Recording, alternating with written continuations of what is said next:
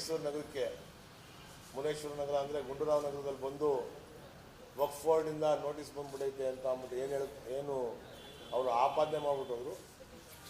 ಆ ವಕ್ಫ್ ಬೋರ್ಡ್ಗೆ ನೋಟಿಸ್ ಕೊಡೋದಕ್ಕೆ ಮೊದಲು ಹೆಜ್ಜೆ ಹಾಕಿದ್ದೆ ಭಾರತೀಯ ಜನತಾ ಪಕ್ಷದ ಸರ್ಕಾರ ಅಂತ ಹೇಳೋದಕ್ಕೆ ನಾನು ಇಷ್ಟಪಡ್ತೀನಿ. 2020ನೇ ಇಸ್ವಿಲಿ ಅವರು ಎಲ್ಲ ಪ್ರೊಸೀಡಿಂಗ್ಸ್ನು ಮಾಡಿ 2023ನೇ ಇಸ್ವಿಲಿ ಅವರು ನೋಟಿಸ್ನ ಕೊಟ್ಟಿರುವಂಥದ್ದು. ಮಗುನೂ ಚೂಟುವಂಥ ಕೆಲಸವನ್ನು ಮಾಡ್ತಾರೆ, ತೊಟ್ಟಲನ್ನು ತೂಗುವಂಥ ಕೆಲಸವನ್ನು ಭಾರತೀಯ ಜನತಾ ಪಕ್ಷದವ್ರು ಮಾಡ್ತಾರೆ ಅಂತ ಅನ್ನೋದಕ್ಕೆ ನಾನು ಇಷ್ಟಪಡ್ತೀನಿ. ಅವರು ಅಶೋಕ್ ಅವರು ಈ ರಾಜ್ಯದ ಮಹಾನ್ ನಾಯಕರು ಅಂತ ಅನ್ಕೊಂಡ್ಬಿಟ್ಟವ್ರೆ. ಈ ಕೋಮ ಸೌಹಾರ್ದತೆಯಿಂದ ಇರುವಂಥ ಈ ಮೈಸೂರಿನಲ್ಲಿ ಯಾವುದೇ ಧರ್ಮ, ಯಾವುದೇ ಜಾತಿ, ಯಾವುದೇ ವಿಚಾರವಾಗಿ ಸಂಘರ್ಷ ಇಲ್ಲದೆ ಇರುವಂಥ ಈ ಮೈಸೂರು ನಗರದಲ್ಲಿ ಈ ಶಾಂತಿಯಾಗಿರುವಂಥ ಮೈಸೂರು ನಗರವನ್ನು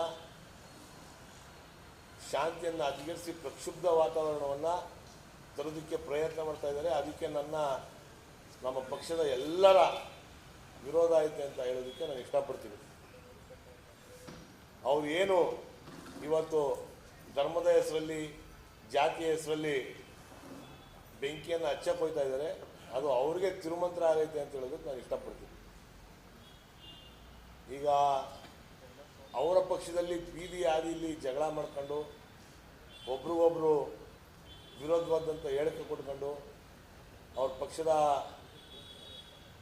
ರಾಜ್ಯಾಧ್ಯಕ್ಷರ ವಿರುದ್ಧವಾಗಿ ಒಂದು ಗುಂಪು, ಯತ್ನಾಳ್ ಅವ್ರ ವಿರುದ್ಧವಾಗಿ ಈ ಏನು ರೇಣುಕಾಚಾರ್ಯ ಇವ್ರದ್ದೆಲ್ಲರಿಗೂ ಒಂದು ಗುಂಪು, BC ಪಾಟೀಲ್, ರೇಣುಕಾಚಾರ್ಯ ಇವ್ರದೆಲ್ಲ ಒಂದು ಗುಂಪು, ಮಧ್ಯದಲ್ಲಿ ಅಶೋಕ್ ಮತ್ತು CT ರವಿ ಈ ಕೋಮು ಸೌಹಾರ್ದತೆಯನ್ನು ಹಾಳು ಮಾಡುವಂಥ ವ್ಯವಸ್ಥೆಗೆ ನಾಂದಿ ಆಡೋದಕ್ಕೆ ಎಲ್ಲ ಕಡೆನೂ ಎಲ್ಲ ಜಿಲ್ಲೆಗೂ ಹೋಗಿ